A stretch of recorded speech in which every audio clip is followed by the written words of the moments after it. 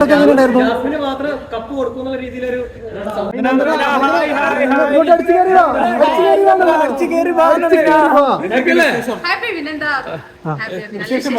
നല്ല വിശേഷം, സുഖം.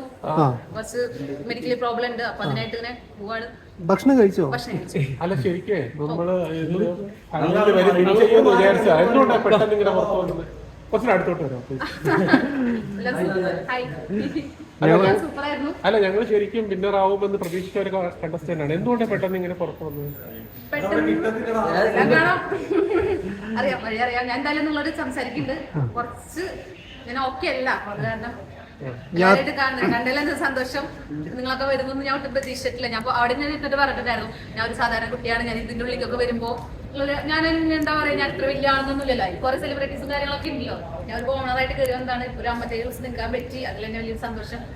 ഇത്രേ ഉള്ളൂ. കോട്ടെ യാത്ര മാത്രം കപ്പ് കൊടുക്കുന്ന രീതിയിലൊരു സംസാരം